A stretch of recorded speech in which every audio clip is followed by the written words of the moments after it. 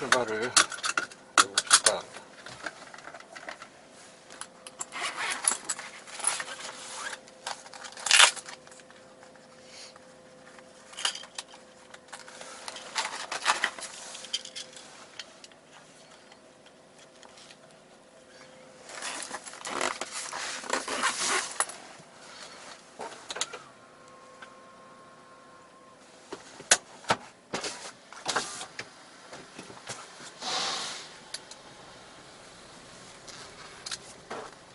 안녕하세요.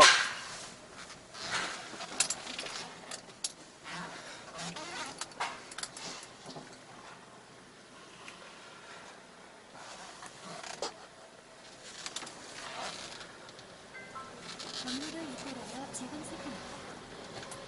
잠시 후 좌회전입니다. 이어서 우회전입니다.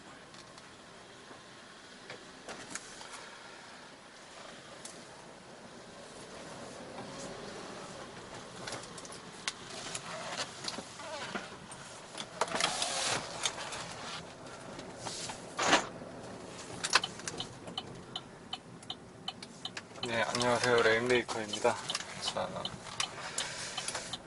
오늘은 제가 이제 카메라를 지금 잠시 후 우회전입니다. 뭐라 그래야 되나, 헤드캠이라 그래야 되나, 지금 이제 제 시선 쪽으로 보일 수 있게 세팅을 해서 찍고 있는데 이게 완전하게 고정이 되지는 않아서 약간씩 좀 흔들리는 것 같고, 그러면서 이제 부분적으로 제 이 얼굴 오른쪽 편이 계속 이렇게 나오게 될 것 같아요. 이걸 좀 고정을 시킬 수 있는 방법이 있으면 좋을 텐데, 지금 현재 상태에서는 그게 그냥 방법이 마땅하게 없는 것 같아서 일단 테스트 겸 한번 촬영을 해보고 있습니다.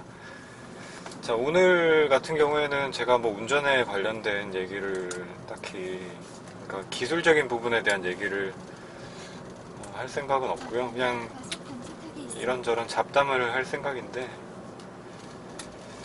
사실 잡담이라고 해도 뭐 운전하고 관련된 얘기가 될 것 같기는 해요. 지금 일단 제가 어떤 얘기를 해볼까 생각을 하다가,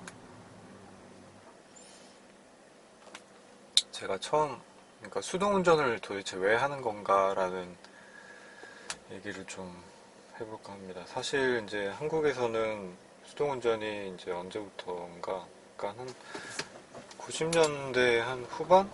중반 정도부터가 아닐까 싶어요. 사실 정확하게는 잘 모르겠는데, 그 정도 때부터 해서 90년대 한 말 정도에 아마 자동변속기 면허가 나왔다고 저는 2000년대 초였나? 기억을 하고 있는데, 이제 자동변속기 면허가 나왔다라는 말 자체가 이제 그만큼 자동변속기를 제조사에서도 주력으로 밀겠다라는 얘기가 됐고, 그만큼 보급이 그냥 많이 된다는 얘기가 되겠죠. 그래서 이제 그 정도 시점부터 거의 대부분 사람들이 이제 새로 차를 사게 되면 특별한 이유가 있는 일부를 제외하고는 자동변속기 차를 대부분 아마 구매를 하셨고, 그 결과가 이제 지금 상황인 것 같아요. 그러니까 지금 한국에서 운전자들 같은 경우에는 한 98% 정도?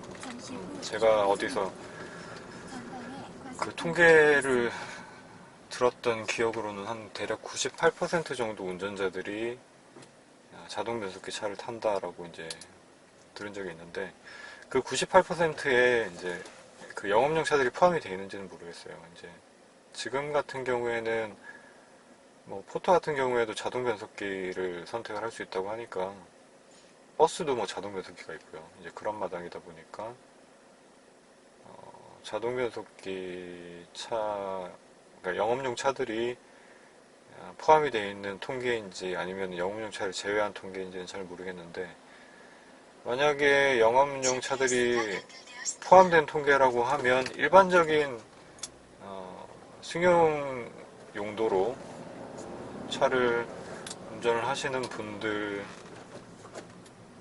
더 작아지겠죠. 뭐 거의 1% 정도 수준이 되겠죠. 제 주변에도 승용 수동을 모는 운전자는 사실 본 적이 없어요. 그러니까 유튜브로 알게 된 산타님 같은 분을 제외하고는, 산타님은 오히려 어떻게 보면 더 약간 제가 생각에는 신기한 케이스라고 볼 수 있는 게, 수동 승용인데 그 수동 승용이 중형차란 말이죠. 이제 그랜저니까 굉장히 그거는 더 신기한 케이스라고 저는 생각이 돼요.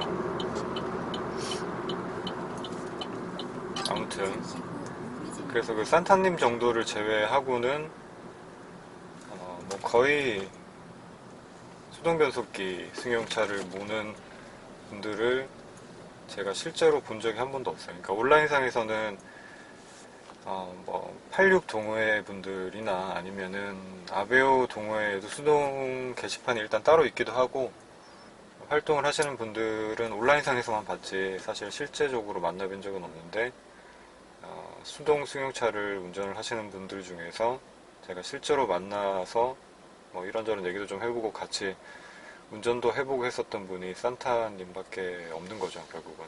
한 명이 더 있구나. BMW 1M을 타시는 이제 오너분이 한 분 계신데, 그분한테 연락이 와서 한번 이제 만난 적이 있고, 말고는 없어요. 그러니까 굉장히 어떻게 보면은 수동 변속기가 우리나라에서는 아주 희귀한 그런, 뭐랄까, 선택지가 돼버린 셈인데, 이제 그래서 더더욱 주변에서는 왜 수동 변속기 차를 타냐, 불편하게, 뭐 아니면 차값 보전 안 되는데 왜 타느냐, 뭐 등등, 왜 타느냐라는 질문을 좀 많이 받았어요. 일단 첫 번째 같은 경우에는 제가 다른 영상에서도 얘기를 한 적이 있지만, 수동 변속기 차를 타는 이유는 만화 때문입니다. 그러니까 만화가 계기가 돼가지고 제가 수동 변속기를 타야 되겠다라고 생각을 했어요. 그 만화는 이니셜 D라는 만화고요. 일단 만화 자체가 되게 옛날 만화죠. 90년대, 그러니까 일본에 이제 한창 스포츠카들 많이 생산을 하고, 또 그런 거 가지고 이제 일반 분들이 보기에는 이제 폭주라고 간주를 할 법한 이제 산길에서의 어떤 그런 과격한 운전들, 그런 것들을 소재로 한 만화인데, 그 만화가 이제 나온 시대적 배경이나 이제 이런 걸로 봤을 때, 그 수동 변속기 차들이 그때 당시에는 이제 레이싱에서도 거의 옛날이다 보니까 수동 변속기 차를 많이들 운행을 했고, 특히 이제 양산차들은 좀 달리는 차들이다 하면은 다 레이싱, 그 수동 변속기가 탑재된 차들이라고 봐도 무방할 정도였었죠. 그랬기 때문에 수동 변속기로 빠르게 주행을 할 수 있는 테크닉들이 필요했었던 거고, 이제 그런 것들을 기반으로 해서 이제 실존 인물이죠. 치즈아 케이치라는 그 드리프트 킹이라고 불리는 그 분의 어떤 실제 경험을 바탕으로 해서 만화를 만들게 된 거죠. 아무튼 그 만화를 우연찮은 이제 계기로 제가 보게 됐고, 그 계기로 뭐 운전은 사실 그 전에도 하긴 했었는데, 제가 정말 차에 관심이 거의 없었어요, 전혀. 이 얘기는 예전에도 한 적이 있는데, 어느 정도로 관심이 없었냐면, 그 자동차 회사 그 엠블럼이죠. 엠블럼을 구분을 못할 정도로, 그러니까 현대자동차의 H 마크하고 혼다의 H 마크를 구분을 못할 정도로, 그러니까 얼마나 이제 심각하게 이게 관심이 없었는지를 아시겠죠. 그러니까 차에 대해서 무지하게 관심이 없었어요. 전혀. 아예 1도 관심이 없었어요. 그 정도로 이제 관심이 없는 상태였는데, 이제 제가 처음으로 자동 변속기 차량을 이제 조금 그러니까 제 차가 생긴 거죠. 운전을 하게 된 게 이제 중고로 98년식 세피아가 처음이었어요. 그 차가 처음이었고, 물론 이제 그 전에 아버지가 타시던 차들도 있었는데, 아버지가 마지막으로 타시던 차가 잠시 후 신호와 과속을 그랜저 옛날 모델이었는데 2세대였나 3세대였나 뭐 그랜저 모델이었어요. 이제 그 차도 자동 변속기였고, 수동차를 사실 타볼 일이 면허 시험 정도를 제외하고는 없었죠.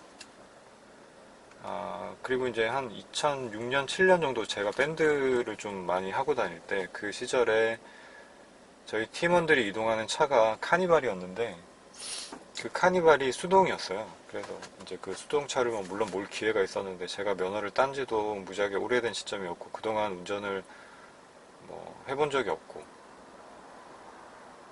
게다가 변속기가 수동이어가지고 한 번은 이제 고속도로 휴게소에서 운전을 내가 해보겠다, 교대에서 하자, 혼자면 피곤하니까 라고 해서 거의 한 면허 따고 10년 만에 운전을 해보는 거기도 하고 수동 변속기를 이제 그 시점에서 처음 몰아봤는데 그 카니발이 디젤이었는데도 불구하고 출발을 제대로 못하고 시동 막 꺼먹고 이러면서 휴게소 진출하기 전에 안 되겠다, 또 운전시키면 안 되겠다, 운전하지 마라라고 해서 운전을 못하게 됐었던 그런 일이 있었거든요.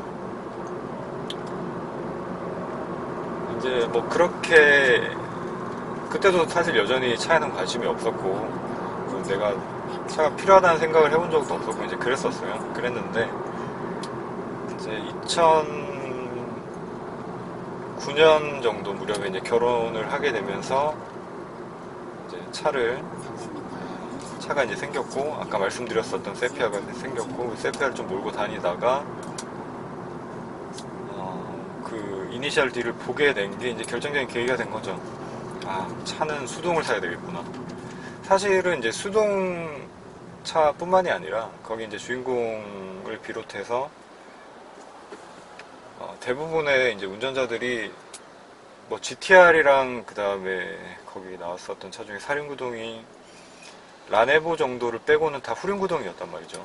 그러니까 뭐 FR 레이아웃도 있었고 MR도 있긴 했는데 후륜 다는 아니구나. 거기 이제 시빅 모델 같은 경우에는 이제 전륜구동이긴 했지만 어쨌든 주인공이 타는 차가 이제 FR이었고 드리프트 주행을 주로 하는 이제 그런 운전자였었는데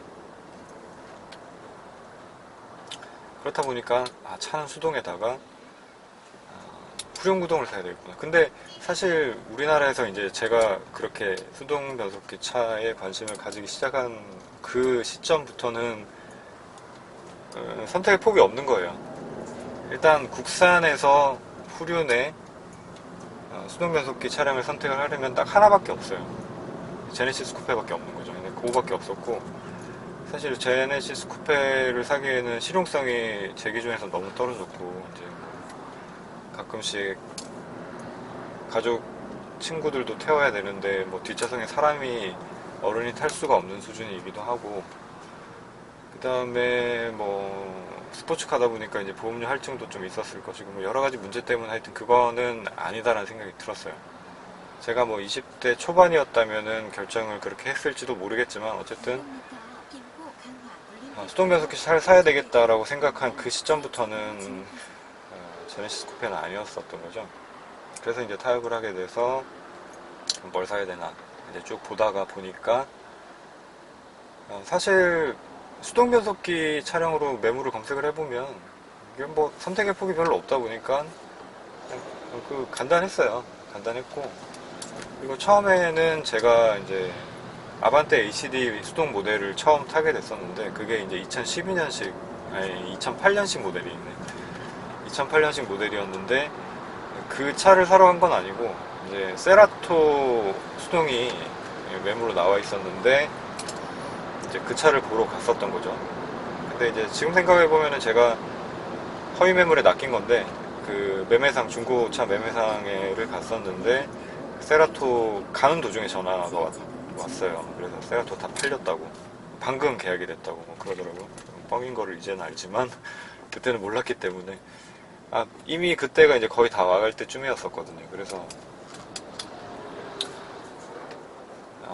그 시점에서 이제 제가 그러면은 다른 차 뭐 있냐라고 이제 얘기를 하다가 수동차는 요거 하나 있다. 사실 그거 하나는 아니었어요. 그 프라이드 수동도 하나가 있었어요. 근데 그 프라이드는 해치백 모델이었고 트렁크가 너무 작더라고요. 트렁크가 너무 작아서 그때는 제가 트렁크에 기타를 실어야 되는 입장이라 세라토는 선택을 할 수가 없어요. 아니 세라토가 아니라 자꾸 헛소리를 하네. 그 프라이드 해치백은 너무 크기가 제가 생각했던 것보다 심하게 작아서 요거는 트렁크에 뭐 아무것도 넣을 수가 없겠다라는 생각이 들어서 그거는 제외가 됐고, 그러고 나서 이제 볼 수 있는 게 아반떼 HD밖에 없었는데, 아반떼 HD는 디자인도 뭐 사실 제가 그때 차를 이렇게 저렇게 다방면을 잘 알 때가 아니었기 때문에 그냥 하나만 봤어요. 수동 변속기냐, 그 다음에 트렁크에 기타가 실릴 수 있느냐, 뭐 그 정도만 거의 봤던 것 같아요, 연식이랑. 그래서 그 아반떼 HD를 계약을 하고, 수동 변속기는 이제 그 전에 처남이 타던 차가 있었는데, 그 차가 아반떼, 그러니까 구화방이죠. 98년식이었나 그 구화방이었고, 수동 변속기 차를 잠깐이라도 보기라도 했던 게 그때가 처음이었고, 이제 옛날 차들은 5단을 이렇게, 아니 5단이래, 후진을 5단 밑으로 해서 이렇게 넣는 게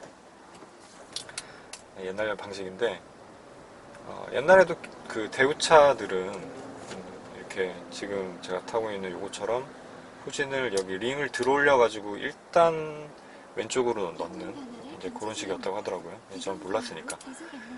근데 이제 아반떼 HD가 그런 식이었던 거예요. 링을 들어올려 가지고 일단 옆으로 후진을 넣는 방식이었는데, 제가 딜러한테 후진 어떻게 넣느냐고 물어봤더니 딜러도 몰라요, 후진을 어떻게 넣는지를. 그래서 어디 전화를 해가지고 후진 뭐 어떻게 넣느냐 막 이래가지고 막 한참 뭐 버벅 하더니만, 이걸 링을 이렇게 들어올려 가지고 일단 밑으로 넣는 거다, 왼쪽으로 넣는 거다, 이제 그 얘기를 듣고 후진하는 방법을 그때 이제 처음 배우고, 사실 그때 수동 운전 해가지고 어떻게 집에 왔나 모르겠어요. 지금 생각해봐도 조금 신기한데, 어떻게 그렇게 운전을 해가지고 이제 와서 그 차를 오래 탔죠. 2008년식인데 2009년 정도부터 해가지고, 2008년식이 아니었나? 지금 연식도 좀 가물가물하네. 아무튼 한 2011년 정도부터 해가지고 2010년인가 정도부터 해가지고 좀 오래 탔어요. 한 2015년 정도, 14년인가 15년 정도까지 탔던 것 같아요. 그러니까 한 3년 4년 정도를 탔었던 것 같은데, 그 차로 뭐 여기저기 진짜 전국 거의 안 가본 데가 없죠. 전국 투어 비슷하게도 한번 해봤었고, 이제 많이 다녀보고, 그러면서 이제 한 1년, 2년 지나면서 수동 변속기에 이제 좀 어느 정도 익숙해졌다, 이제 그렇게 생각이 들었었는데, 이제 그때쯤 해서, 그 안정성 문제가 뭐 TV에 나왔었던가, 뭐 하여튼, 그래가지고 차를 좀 바꿔야 되겠다, 좀 안전성 있는 차로 좀 바꿔야 되겠다, 이제 이런 얘기가 나와서 다른 차를 알아보고 있었는데, 그때도 역시 저는 이제 선택이 수동이었죠. 무조건 수동이어야 된다, 차는. 근데 제가 그 당시쯤에 이제 자동차에 관심이 많이 있을 때, 그러니까 탑기어라는 잡지를 좀 구독을 하고 있었어요. 그래서 이제 그 탑기어라는 잡지에서 그 뒤에 보면은 이제 각 제조사별로, 그러니까 국내 수입되는 차들 위주로 아마 소개가 됐었던 걸로 기억이 나는데, 제조사별로 차량의 뭐 장단점이나 재원들을 이렇게 해서 정리를 해놓은 게 있었거든요. 이제 거기서 쉐보레 차들을 막연하게 이제 보고 있던 와중에, 사실 아베오 같은 경우에는 그때 처음 알게 됐었는데, 그 외모에 대한 어떤 부분보다는 강철 같은 탄탄한 뭐 이런 문구가 써 있었던 것 같아요. 그래서 그 부분이 조금 기억에 남아 있어서, 쉐보레 차들은 그 말고도 이제 자동차 동호회에서 크루즈가 뭐 인터넷 슈퍼카라고 불릴 정도로 크디수죠. 크루즈 디젤 수동. 뭐 그런 이슈들도 있고 해서 관심을 조금 가지고, 현대차들이 좀 말이 많았었잖아요. 그때 당시까지만 해도. 그러니까 2008년, 현대차가 좀 많이 달라지기 시작했던 게 한 2012년 정도부터 있었던 것 같은데, 아무튼. 그래서 현대차는 내 선택지가 아니고, 현대차를 제외한 나머지가 선택지였었는데, 말씀드렸듯이 저는 좀 무조건 수동이어야 되니까 현대차를 제외한 나머지 선택지에서는 쉐보레밖에 없더라, 이제 그렇게 된 거죠. 그래서 마침 아베오도 이제 조금 인상 깊게 봤었고, 사실 크루즈를 선택을 하고 싶다는 생각을 일단 제일 많이 했었어요. 이제 크루즈 선택을 하고 싶다는 생각을 했었는데, 뭐 어쩌다 보니까 이제 아베오, 그때부터는 이제 아베오가 디자인이 조금 예쁘다라는 생각을 했었던 것 같기도 해요. 그러니까 해치백도 한번 타보고 싶다는 생각도 했었고, 그래서 네이버 이제 아베오 동호회에 가입을 해서 정보를 조금씩 얻어가면서 매물을 좀 기다리다가 엔카에 뭐 괜찮은 매물이 하나 나온 것 같아서 그래서 이제 갔죠. 가서 사실 시승을 조금 해보고 사고 싶었는데 그게 뭐 시승이 안 된다고 그러더라고요. 원래라면 사실은 시승을 다 해보고 차를 사야 되는 게 맞기는 한데 시동 걸어보고 또 엔카에서는 뭐 문제 있으면은 보증을 해주니까 이제 그거를 믿고 계약을 하고 또 이제 차를 바로 끌고 나왔죠. 주차장에서 조금 돌아다녀 본 게 다예요. 근데 이제 그때 느낌도 그렇고 아반떼와 너무 많이 달랐었던 그게 어떤 게 있었냐면 이제 브레이크랑 그 다음에 악셀 페달을 밟았을 때 피드백이 굉장히 많이 달랐고 그리고 그때 당시에는 이제 엔진 소리가 난 튜닝했나라고 생각이 들 정도로 엔진 소리가 좀 이렇게 창문을 열고 악셀을 밟아 보니까 크게 나더라고요. 그래서 저는 그걸 좋다고 생각했는데 이제 그게 어떤 방음이 좀 부실하게 돼 있다 그런 문제지 않았을까 싶어요. 지금 생각에서는. 아무튼 뭐 그랬었고 그래서 그 아베오를 지금까지 이렇게 타면서 아반떼를 제가 아까도 말씀을 드렸지만 굉장히 이제 오래 타고 그렇게 있었는데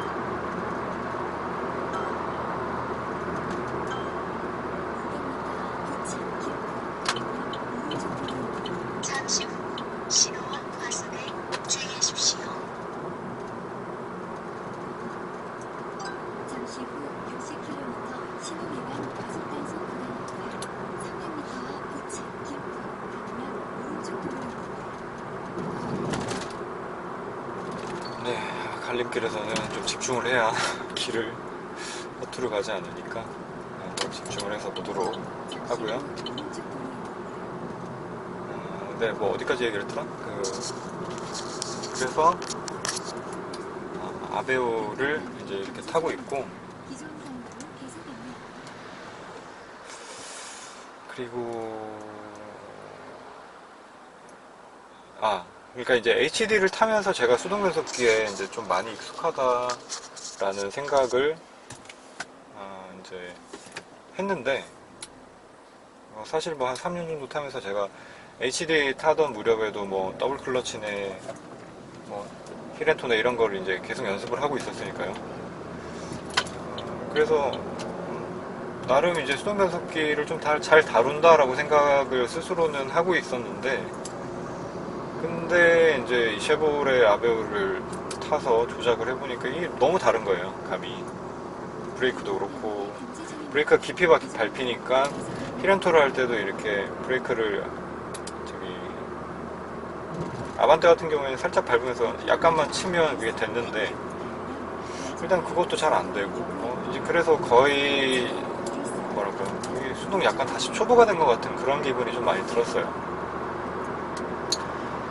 근데 이제 아반떼를 제가 탈 때 튜닝을 했었던 부분이 퀵시프트, 지금 뭐 아베오에도 이렇게 장착이 되어 있지만 퀵시프트랑 그 다음에 클러치 유격을 그때는 조절을 했었거든요.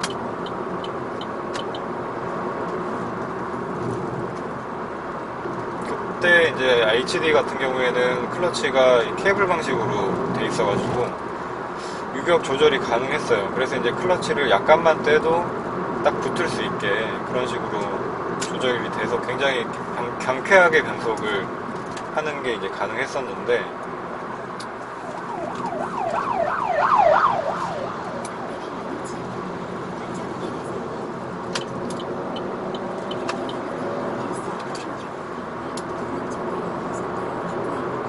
그렇게 이제 경쾌하게 변속을 했었는데 그게 이제 저는 뭐 모든 차가 다 되는 줄 알았더니 그 아베오 같은 경우에는 제가 이제 튜닝샵에 문의를 좀 해보기도 하고 찾아보니까 이 유압식 클러치라 유격 조절하는 게 안 된다는 거예요. 그것도 것도 그렇고 그때 이제 퀵시프트 조작하기 전에 클러치가 굉장히 깊거든요. 이게 제 느낌에는 아마 HD 순정 상태보다 더 클러치 감각이 깊었었던 것 같아요. 그래서 이제 그런 부분이랑 그다음에 이 기어비랑 그다음에 저의 그 미숙함이랑 이런 것들이 다 물리다 보니까 이게 야, 이 차로는 도무지 그냥 스포티한 주행은 불가능하구나 라는 좀 살짝 절망을 했죠. 차 괜히 바꾼 거 아닌가 그런 식의. 잠시 후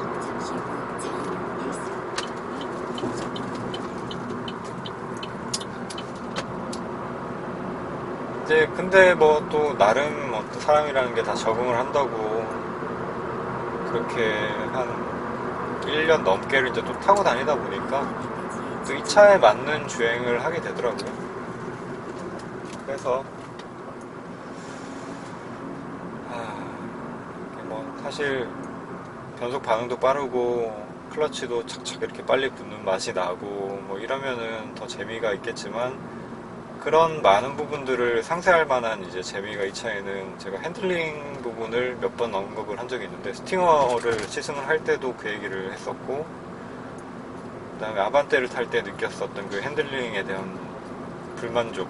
그러니까 정확하게 얘기를 하자면 핸들링이라는 건 좀 포괄적인 의미가 있으니까 스티어링 휠을 이렇게 돌렸을 때 그 느낌 그런 것들이 여러 가지 어떤 불편함과 이런 것들을 상쇄를 할 만큼의 그런 만족감을 줘서 그냥 그거 하나로 지금 차를 조금 재밌게 타고 있는 것 같고 사실 변속기 쪽은 좀 그렇게 만족스럽진 않아요 개인적으로. 이런 일상적인 주행을 할 때 그러니까 시내 상황에서는 기어비가 좀 1, 2단이 너무 늘어지는 감이 있고 또 3단부터는 약간 고속주행에 맞게끔 뭐 그런 식으로 또 기어비가 세팅이 돼 있고 아니 고속주행에 맞다기보다는 기어비가 좀 타이트하게 세팅이 돼 있어가지고 고속주행을 할 때는 또 RPM이 많이 올라가야 되고 뭐 이런 여러가지 어떤 그러니까 일상적으로 편안하게 타고 다니기에는 사실 적합한 차는 아니다. 그러니까 서스펜션도 좀 불편하고 이제 그런 부분이 있더라고요. 뭐 사실 가격대에서 선택할 수 있는 폭으로 보자면 모든 부분을 다 만족하는 차는 물론 당연히 없겠지만 많은 부분을 만족하는 차는 그만큼 또 가격이 비싸지겠죠. 뭐 이제 그런 부분들이 있고 사실 운전에 대한 얘기를 결국 또 하게 됐네요. 잡담을 하자고 이제 시작을 했는데 그래서 이제 수동 변속기를 도대체 왜 타느냐 이제 처음에 했었던 그 질문 거기에 대한 대답이 이제 저는 만화가 계기가 됐다라고 말씀을 드렸었죠. 사실 제가 수동 변속기 차는 어떤 누구한테 배워본 적이 없어요. 그러니까 면허 시험 때 면허 시험도 사실 제가 어떻게 땄느냐면은 이 얘기를 하면은 또 많이들 황당해 하실 텐데 그 운전면허 학원 같은 데를 다니질 않았어요. 제가 면허 학원을 다닌 게 아니고 당연히 운전을 면허 학원 다니지도 않았을 뿐더러 뭐 아버지한테 운전을 배웠다든가 이런 것도 없고 그냥 뭐 운전 그까짓 거 그냥 뭐 가서 하면 되는 거야. 약간 이런 진짜 밑도 끝도 없는 그 근자감을 가지고 면허 시험장에 가서 뭐 필기 시험은 제가 한 번에 붙었던가 뭐 그랬었던 것도 기억이 되고 그 다음에 이제 그때 당시에는 이제 주행 시험에 뭐 이런 S자 코스나 T자 코스 그 다음에 평행주차 이런 것들이 다 있었거든요.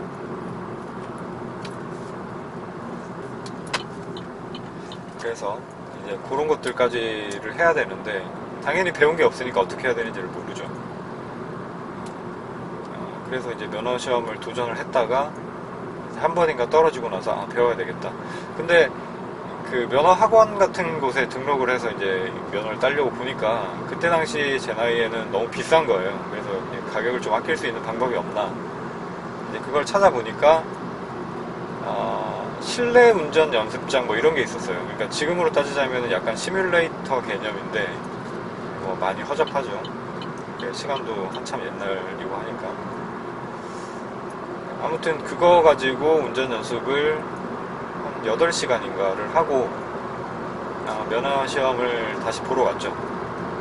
근데 실제 차를 그 정도를 몰아도 사실 뭐 T자 코스는 S 코스는 이런 게 쉽지가 않을 텐데 그러니까 시뮬레이션만 해봤기 때문에 당연히 또 떨어졌어요.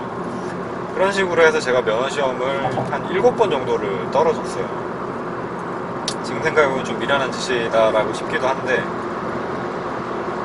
그렇게 이제 7번을 떨어지고 8번째 면허시험을 붙었죠.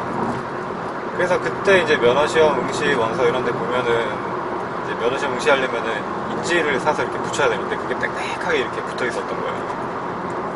아무튼 기능시험은 이제 그렇게 하고, 그러면 이제 남은 게 도로주행인데, 도로주행 이것도 이제 누구한테 연수를 좀 받아야 되니까 좀 저렴하게 할 수 있는 게 없나 이렇게 찾아보니까 이제 개인이 하시는 분들이 있더라고요. 그래서 포터 가지고 이제 한 6시간인가 정도 연수를 받고, 도로주행은 뭐 그 당시에 특별하게 어려운 건 없어서 그냥 이제 붙긴 붙었는데, 이제 그게 다란 말이죠. 그러니까 운전을 사실은 사람한테 배운 거는 도로주행을 할 때 배운 게 난데, 그때는 뭐 기어 연속을 어떻게 하고 이런 걸 가르쳐 주는 게 아니니까 뭐 그게 다고, 그 다음에 수동 변속기에 관련된 어떤 변속 지식이나 테크닉이나 뭐 이런 기타 잡다한 여러 가지 것들은 일단 만화가 토대가 됐고, 히렌토나 뭐 이런 것들에 대한 용어는 제가 그 만화에서 처음 본 거니까요.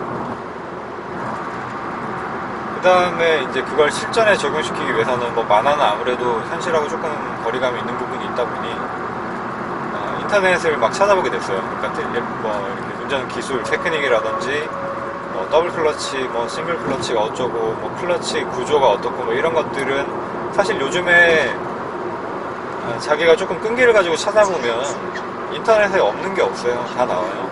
그러니까 저한테도 많이 그런 걸 물어보시는 분들이, 영상 보시고 아직까지도 많이 물어보시는 분들이 계신데, 조금만 검색해보면 다 나오고, 우리나라에 단지 이제 그런 자료들이 좀 정리가 잘 안 돼 있고 뭐 그런 측면이 있긴 하지만, 그래도 지금은 블로그나 이런 데도 꽤 많이 나와 있기도 하고, 저보다 훨씬 더 지식 수준이 높으신 분들이 정리를 잘 해놓은 그런 글들이 많이 있거든요. 그래서 저도 그런 걸 보면서 다시 정리를 좀 하기도 하고 뭐 도움을 많이 받기도 했는데, 아무튼 그렇게 찾아보면은 뭐 거의 다 나와요. 그래서 이제 그런 것들을 실제로 제 차를 운전을 하면서 적용시켜 보면서 그런 식으로 이제 운전을 조금 능숙하게 만들어 나갔던 거죠. 그러니까 사람한테 배운 게 아니다 보니까 저도 제가 하는 게 다 맞다고는 생각을 안 해요. 안 하고, 그리고 만화를 보고 배우긴 했지만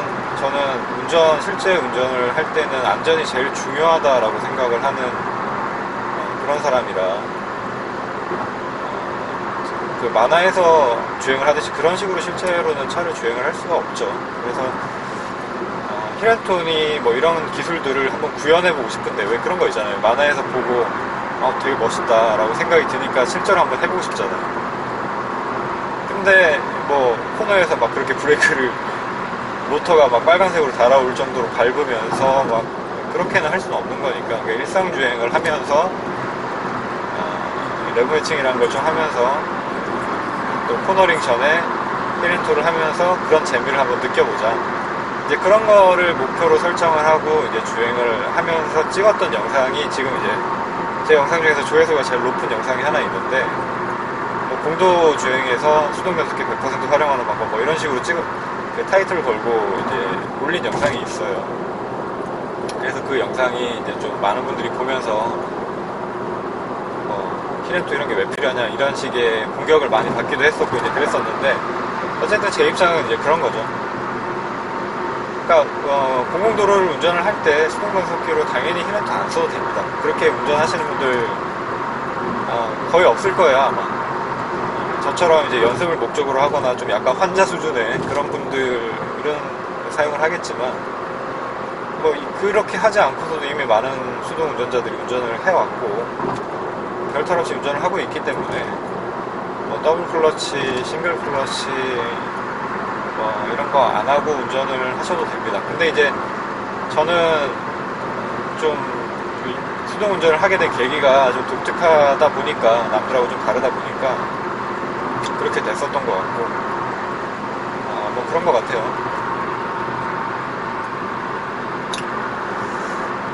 자, 오늘 차 차가 토요일이다 보니까 좀 막힐 것 같아서 이제 이렇게 잡담 반, 그다음에 제가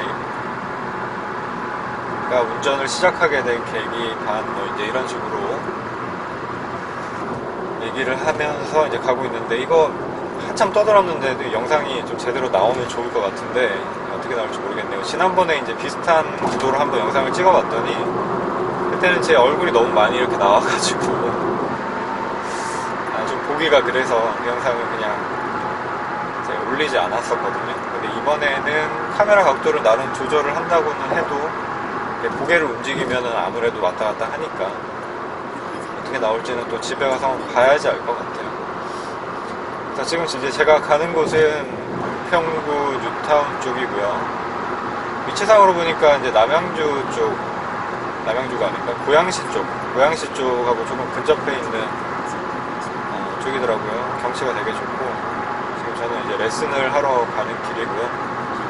그러니까 토요일이라서 차가 좀 많이 막히겠지 싶어서 오늘은 주행에 대한 어떤 그런 부분보다는 그냥 제가 운전을 처음 시작하게 된 계기나 이런 부분 위주로 한번 얘기를 해봐야 되겠다라고 생각이 들어서 지금 이런 얘기들을 하고 있습니다.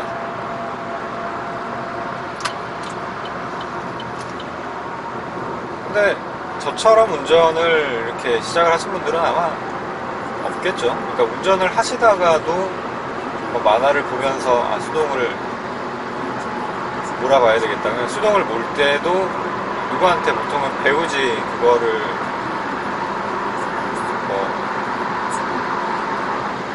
만화를 보고 찾아보고 이런 식으로 운전을 하시는 분들은 아마 없지 않나 싶거든요.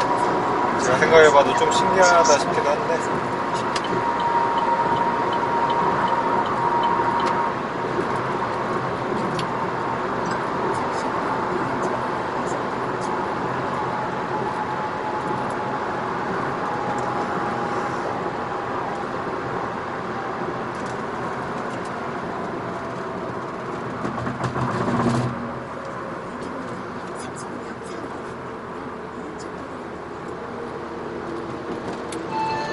통행료는 1,100원입니다.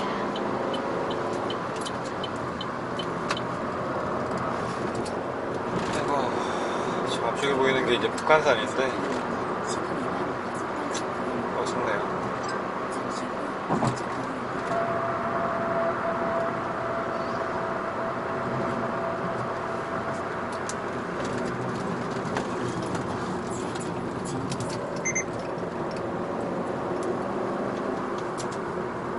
약 500m 전방에서 신호원 과속에 주의하십시오.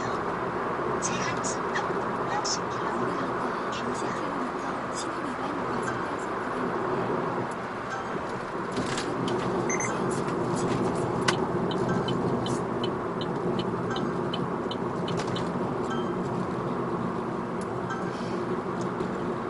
잠시 후 신호원 과속에 주의하십시오.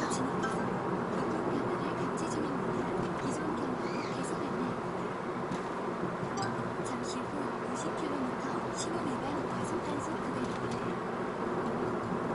잠시 후 지하차도로 진입하세요. 2시 한 33분 정도 도착이니까 저는 이제 한 15분 정도 더 가면은 도착이고요.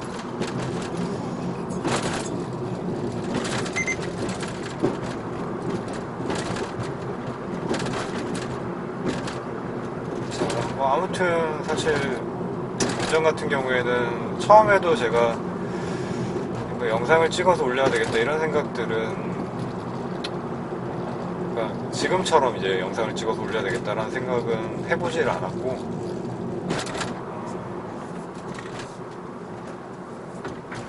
그러니까 저는 이제 주행 영상 위주로 한번 찍어봐야 되겠다.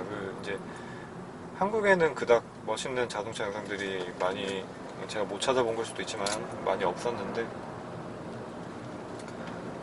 해외 영상도 보면은 이제 주행 영상도 되게 멋있게 그렇게 나온 것들이 많이 있거든요. 그래서 이제 그런 식으로 한번 운전하는 거 좋아하니까 한번 한번 찍어봐야 되겠다라고 이제 시작을 했던 게, 이제 어떤 분이 제가 운전한 영상을, 이제 초기였을 거예요 아마. 그때 이제 그냥 정말 그냥 운전하는 영상이었는데, 뭐 특별한 거 없고 그냥 운전만 하는 영상이었었는데, 그 영상을 보시고 좀 좋은 말씀을 해주셔서, 그러면서 이제 간간히 찍어 올리던 게 이제 지금까지 이렇게 오게 된 것 같아요. 저는 지금 사실 이렇게 이제 제가 영상을 찍어 올리는데 좀 꽤 많은 분들이 그래도 관심을 이렇게 가져주시고 댓글도 달아주시고, 그러니까 수동운전에 대해서 저는 이렇게 제 기준에서 볼 때는 아까 초반에 말씀을 드렸지만 뭐 거의 한 2% 정도 운전하는 인구의 그 정도밖에 안 되는 인원일 텐데, 생각보다 이렇게 수동운전에 관심이 많구나라는 거를 이걸 하면서 이제 놀랐어요. 그러니까 이 정도까지 수동운전에 대해서 궁금해하고 관심이 있었구나 사람들이, 라는 거를 이제 처음 알았으니까요. 왜냐하면 이제 주변에서 접할 수 있는 그런 사람들이 없다 보니까 아무도 이제 그런 얘기들을 안 했었고, 만나는 사람 중에서도 없었고 뭐 그랬기 때문에 그랬었는데, 온라인 공간에서 이렇게 수동운전을 좋아하시고 또 이런 레이싱 테크닉이나 뭐 자동차 이런 것들을 좋아하시는 분들하고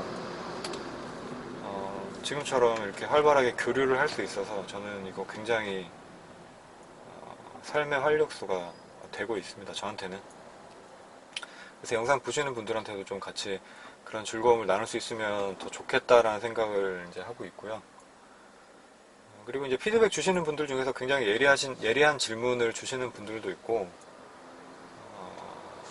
저도 이제 그런 질문들을 받으면서 몰랐던 사실을 찾아보고 이제 공부를 하게 되면서 알게 되는 경우가 또 많이 있었죠. 이제 그런 부분들이 있었기 때문에 저한테는 정말 이 영상을 유튜브에 이렇게 촬영을 해서 올리는 이런 1년에 불과 얼마 안 됐죠. 몇 개월 안 됐는데 이런 시간들이 굉장히 신기하기도 하면서 즐겁고 이렇게 그런 경험이었어요. 지난 몇 개월간. 물론 지금도 이제 그렇고요. 뭐 사실 처음에 영상 몇 번 찍어 올릴 때는 뭐 자동차 주행하는 영상 이거 뭐 찍어서 올리면 몇 편이나 올릴 수 있겠나. 사실 뭐 얘기할 게 한 두세 편 정도면은 더 이상 1km 보여주거나 얘기할 것도 없겠다 이렇게 생각을 했었는데, 이렇게 피드백을 주시는 분들이 계시기 때문에, 뭐 질문도 해주시고 이런 분들이 계시기 때문에 얘기가 안 했었던 부분이면 다시 영상 촬영을 해서 이런 부분을 또 얘기를 하면 좋겠구나 라는 생각도 하게 되고, 그러면서 이제 뭐 서로 저도 그렇고 보시는 분들도 그렇고, 제가 이제 영상 처음 찍었을 때보다는 지금이 그래도 영상 퀄리티나 뭐 편집의 어떤 약간 그런 거라든지 조금 발전을 했잖아요. 그러니까 이게 관심을 가져주시는 분들이 있기 때문에 이런 게 다 가능한 거거든요. 그래서 여러분들이 관심을 계속 가져주시면, 그러면 저도 더 힘이 나서 좋은 컨텐츠들을 계속 만들 수 있을 것 같습니다. 자, 오늘의 잡담은 여기까지 한번 해보기로 하고, 또 다음에 사실 자동차 운전 테크닉에 대해서도 제가 얘기를 할 거리들이 더 몇 가지가 남아있긴 하더라고요. 그래서 이제 그런 부분에 대한 영상으로 또 찾아뵙게 되거나, 아니면은 뭐 와인딩 영상으로 찾아뵙게 될 것 같습니다. 자, 항상 시청해주시는 분들께 감사드리고 있고요. 그리고 운전하시는 분들은 항상 안전운전 하시고, 안전이 최고입니다. 안전운전 하시고 그렇게 잘 지내시길 바라면서 영상을 마무리하겠습니다. 자, 레인메이커였습니다. 감사합니다.